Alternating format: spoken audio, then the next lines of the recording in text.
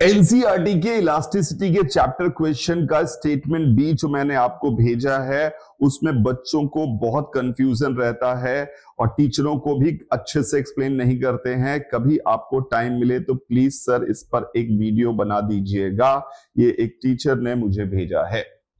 तो ये पहले वो इसमें स्टेटमेंट 1 की बात नहीं कर रहे हैं, that is not a important statement. Statement B की ही बात करने वाले हैं हम यहाँ पर। स्टेटमेंट बी है सर कि stretching of a coil, coil मतलब ये स्प्रिंग मान लीजिए, is determined by its shear modulus. इसके शियर मॉडुलस से डिपेंड करता है, उसके ऊपर डिपेंड करता है कितना खींचेगी, उसका शियर मॉडुलस डिसाइड करता है मटेरियल का। तो ये स्टेटमेंट सही है कि गलत है, आपको क्या लगता है सर? मुझे तो स्टेटमेंट पहला वाला फॉल्स लगा, लिखा है तो बता देता हूँ। हाँ। और दूसरा वाला ट्रू है, और ये हम क्लास में बताते भी हैं। बिल्कुल, बट आई थिंक आज तक करके नहीं दिखाया है, करके नहीं दिखाया। हाँ। बिल्कुल सही बात है, हम ये बता देते हैं कि ऐसा होता है, पर कंफ्यूजन बच्चों में क्यों रहता है? क्योंकि हम जब बात करते हैं इलास्टिसिटी में, बात करते हैं इफेक्टिव स्प्रिंग कांस्टेंट, तो वहां पे यंग्स मॉडुलस से हम निकाल लेते हैं कि भाई आपने जब सब स्ट्रेस निकालते हैं एफ एल बराबर Y A delta L by L की तरह करते हैं, तो effective spring constant Y A by L को इफेक्टिव स्प्रिंग कांस्टेंट कह देते हैं। तो यंग्स मॉडुलस से दिखा देते हैं इफेक्टिव स्प्रिंग कांस्टेंट, और हमें भी दिखता है कि इधर फोर्स लगा है, इधर लंबाई बढ़ी, यानी इधर फोर्स लग रहा है उधर ही स्ट्रेस डेवलप हो रहा है, सब फील आ रहा है, वो लॉन्गिट्यूडनल जैसा फील देता है, और असली में हम आंसर शियर बोलते हैं। बच्चे टीचर बोल भी देते हैं कि हाँ ऐसा है। तो first of all you have to understand one thing कि जब आप स्प्रिंग को खींचते हैं तो स्प्रिंग की जो लंबाई है, स्प्रिंग की नहीं, उस मटेरियल की जो पूरी लंबाई है उसमें कोई परिवर्तन नहीं है, होता है पर कोई मोटा मोटा कोई उसमें परिवर्तन नहीं है। यानी आपको स्प्रिंग की इफेक्टिव मैक्रोस्कोपिक चीज की लंबाई बदलती हुई दिखाई देती है, पर स्प्रिंग के मटेरियल की लंबाई नहीं बदल रही होती। कहने का मतलब ये है, अगर आप उसको सीधा वायर कर दें, हाँ, जो उसके कर्ल है इस तरीके से, उसकी लंबाई पहले भी वही थी, बाद में भी बस वो ये वाला गैप बढ़ रहा, गैप बढ़ गया, तो स्प्रिंग की लंबाई नहीं बदलती। तो इस चीज में हो क्या रहा है सर? तो अगर मैं सर यहां पर ऐसे सोचूं कि जैसे आपके पास पहले ऐसे था, वो जब हमने इसको खींचा नहीं था, ये कुछ इस तरह से हुप सा बना हुआ था। जब आप इस खींचते हैं, मैं एक हुप दिखा रहा हूं ताकि विजुलाइज हो, तो जब आप खींचते हैं सर, तो ये जब ऐसे जाकर ये ऐसे हो जाता है, ठीक है। तो इसका मतलब है कि आपके पास जो ये, I hope you can see that, ये तार को पकड़ के आपने खींचा तो ये मुड़ के ऐसे तिरछा हो गया। क्या आपको दिख रहा है सर कि जब इसको घुमाया तो यहां पर एक ट्विस्ट सा क्रिएट हो गया, एकदम एटन सी क्रिएट हो गई, ट्विस्ट आया, जिसके कारण ये नीचे आ गया। दिख रहा है क्या सर आप? ठीक है सर। तो ये ट्विस्ट जो आया है उसका नीचे है, तो ये हमारा इलोंगेशन, ये इलोंगेशन हम कह देते हैं कि भैया पहले यहां पे एंड था, दूसरा एंड यही था, अब ये एंड, इस एंड और इस एंड के बीच की दूरी में ये चेंज आ गया, तो ये इलोंगेशन है। तो ये इलोंगेशन हो गया। तो इलोंगेशन यहाँ पे अगर आप बेंडिंग देख रहे होंगे तो यहाँ पे बेंड हो गया है और ट्विस्टिंग आ गई है। तो यानी कि ये पूरा का पूरा कहानी ट्विस्टिंग की है, शियर अभी भी डायरेक्टली लास्ट वीडियो में आपने बताई भी। हाँ, तो शियर नहीं है, या ट्विस्ट हो गया, ये पूरा का पूरा कहानी ट्विस्ट हो गई है। तो अब ये ट्विस्ट हो गया, तो देखिए एक बात समझिए सर, अब आप एक बात समझिए, जितना ज्यादा खींचेंगे उतना ज्यादा ट्विस्ट होगा। तो कम से कम मैं यहां पे एक बात कह सकता हूं कि जो इलोंगेशन होगा वो एंगल ऑफ ट्विस्ट के प्रोपोर्शनल होगा। मैं अच्छा एक इंपीरिकल रिलेशन बनाने की कोशिश कर रहा हूं, बहुत ज्यादा न्यूमेरिकल नहीं, क्योंकि बहुत मैथ्स लगाऊंगा तो गड़बड़ हो जाएगी। तो क्योंकि हमें पता है कि यूट्यूब पे बहुत मैथ्स नहीं लगानी चाहिए, तो एक्स प्रोपोर्शनल टू थीटा होगा। और दूसरा सर कि इसकी रेडियस अगर ज्यादा होगी, अगर ये बड़ा होता और सेम घुमाव करते तो ज्यादा खींच जाता, ज्यादा, यानी कि एक्स जो होगा वो प्रोपोर्शनल टू आर बी होगा। ठीक है। रेडियस किस चीज की? इस कॉइल की रेडियस आर है, कॉइल की रेडियस आर है। तो हम मोटा मोटा अभी न्यूमेरिकल कांस्टेंट, प्रोपोर्शनलिटी कांस्टेंट है, उसको 1 मानते हैं, बाद में सबके लिए यूनिक प्रोपोर्शनलिटी कांस्टेंट चिपका देंगे। तो हमने यहाँ पे एक्स को सीधा सीधा मोटा मोटा लिख दिया आर थीटा। ठीक है। R theta, theta is angle of twist and R is the radius of, इसे क्या बोलते हैं? रेडियस ऑफ कॉइल की रेडियस जो है वो आर है, और theta is angle of twist है।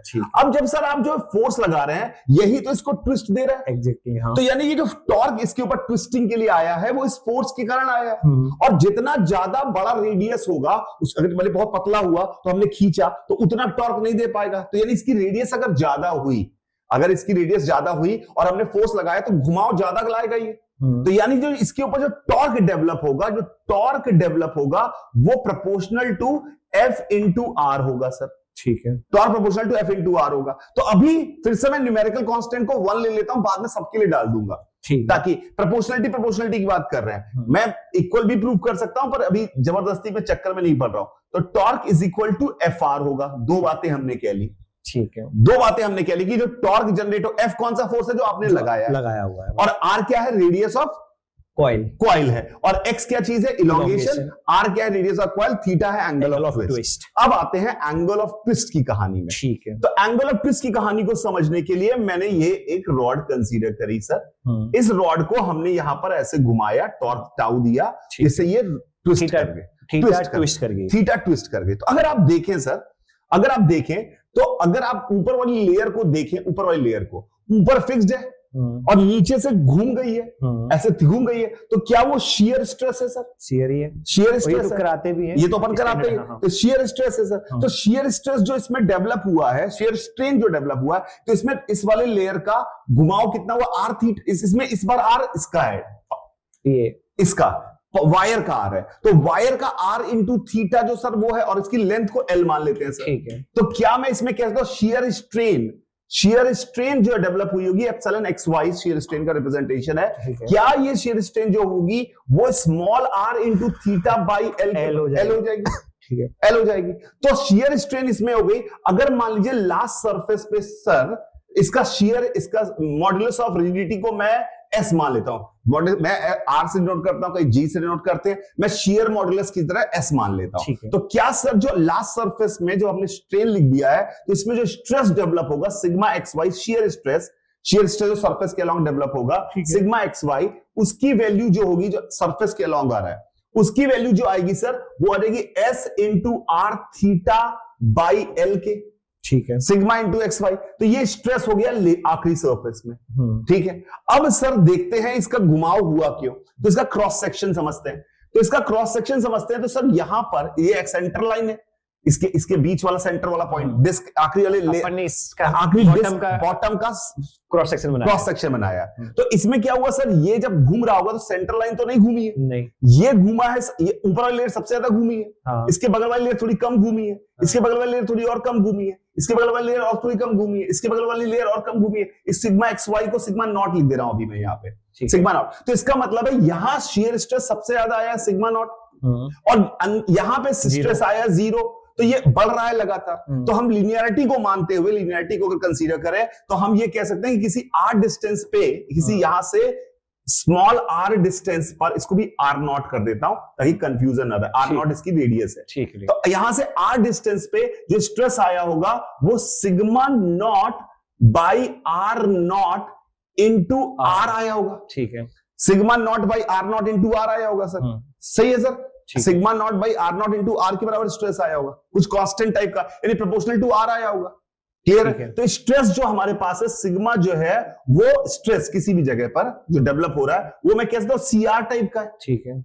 स्ट्रेस जो है वो सीआर टाइप का, आर का प्रोपोर्शनल है सीआर टाइप का। अब ये जो स्ट्रेस है ये हर जगह, हर लेयर घूमी हुई है, तो हर जगह से इंटरनल टॉर्क वापस आ रहे होंगे, रिस्टोरिंग टॉर्क लग रहे होंगे। तो अगर टॉर्क निकालेंगे तो सिग्मा आर इंटू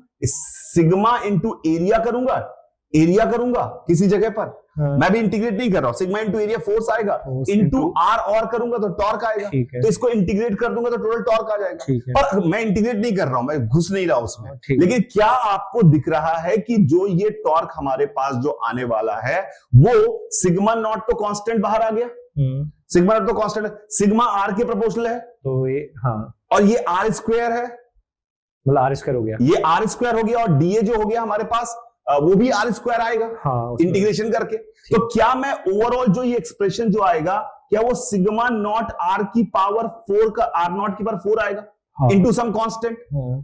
तो टॉर्क की वैल्यू ये भी हो गई सर, ठीक है। तो अब हमने यहां से एक इक्वेशन ये लिखी है टॉर्क, एक इक्वेशन हमने लिखी है एफ आर, एक इक्वेशन लिखी है हमने ये। अब मैं इन तीनों इक्वेशंस को अलग अलग फिर से लिखता हूं, अगले पेज पे जाता हूं, अगले पेज पे। तो पहली इक्वेशन क्या लिखी है सर, मैं एक बार दिखवा दीजिए मुझे। पहली इक्वेशन टॉर्क बराबर sigma naught, torque is equal to sigma naught R naught की पावर 4 टाइप की। दूसरी इक्वेशन है sigma naught is equal to हाँ लिख लेते sir, S R naught theta by L. हाँ, तो सिग्मा नॉट की वैल्यू आ गई S R naught theta by L ये हमारे पास आ गई, और एक tau equal to F R है, एक आ गई हमारे पास tau is equal to F R आ गई, और एक थी x equal to R theta आ गई, x equal to R theta आ गई। ठीक है, अब एक काम करते हैं सर, टाउ की वैल्यू एफ आर है हमारे पास, ठीक है, टाउ की वैल्यू यहां पे एफ आर डालते हैं और सिग्मा नॉट की वैल्यू ये डालते हैं, सिग्मा नॉट। तो क्या आ गया हमारे पास सर, राइट साइड में आया एफ आर, लेफ्ट साइड में क्या आया sir, S into R naught की पावर 5, एस आर नॉट की power 5 into theta by L. एक मिनट पीछे करता हूं सर, सॉरी शायद कुछ गड़बड़ की हमने, sigma naught d A, sigma d A R हमारे पास आ गया, करेंगे ना सिग्मा डीए आर आया था ना, तो आर क्यूब आएगा सर। सर डीए हो गया area, dimensionally pi R square, ये आर हो गया, सिग्मा नॉट तो सिग्मा नॉट है, तो आर क्यूब आएगा। अच्छा, एक्चुअली सिग्मा नॉट है, हाँ सिग्मा नॉट लिख दिया ना हमने भाई, sigma naught R by R naught लिखा है ना, तो वो सॉरी तो वो गड़बड़ थोड़ी सी करी, तो ये आर क्यूब आएगा, सॉरी तो ये एस की आर नॉट की पावर 4 थीटा बाई एल आ गया सर।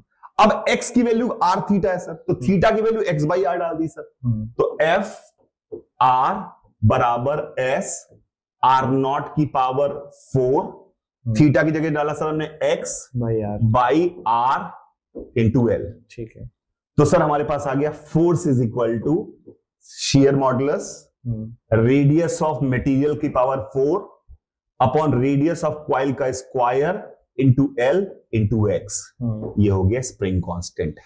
ठीक है, so this is the spring constant. तो spring constant depends on modulus of rigidity, spring constant depends on the coil radius, coil की रेडियस पे डिपेंड कर रहा है, स्प्रिंग कांस्टेंट डिपेंड्स, ये तो हम कराते हैं लेंथ की इनवर्सली प्रोपोर्शनल, ये तो मंगाया हुआ है लेंथ की इनवर्सली प्रोपोर्शनल, एंड साथ में आर नॉट की पावर 4, आर नॉट है डायमीटर ऑफ द वायर की डायमीटर है वो, जो एक्चुअली जैसे अपन ने ये बनाया हुआ है, ये तो ये वाला इसकी डायमीटर, यस सर, इसकी डायमीटर को रेडियस जो भी है वो हमारे पास आर नॉट है। तो इनटू क्यू इंटू कांस्टेंट सी और लगा दो भाई, मैंने सब कांस्टेंट लगाया था, एक नया कांस्टेंट होगा, मतलब फिजिकल क्वांटिटीज देखें तो वो फिजिकल क्वांटिटी, ये न्यूमेरिकल कांस्टेंट है, न्यूमेरिकल कांस्टेंट कोई भी वैल्यू हमारे सवालों पे कोई फर्क नहीं पड़ेगा, तो प्रोपोर्शनलिटी डिपेंडेंसी इसी पे आ रही है, ये सारा का सारा हमारे पास आ गया। और ये अपन लोग मतलब सभी लोग यही बता देते हैं कि ये स्प्रिंग कांस्टेंट के आ गया एस आर नॉट की पावर 4